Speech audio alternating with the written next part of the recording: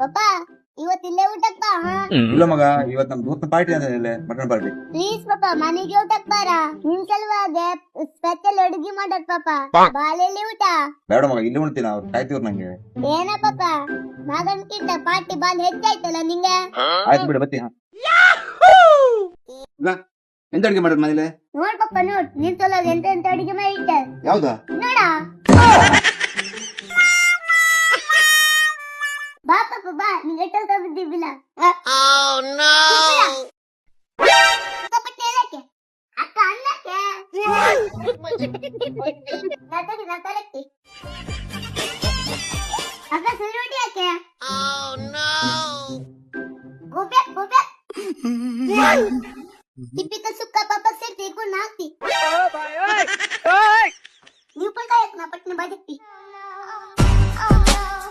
ಒಡಿ ರೊಟ್ಟಿ ಇರ್ತಾನೆ ಮಂಗ್ಲಿ ಕಾಯ್ಬೇಕು ಮತ್ತೆ ತೋ ನಾನ್ ಕೈ ಟಿಪ್ ಯಾಕ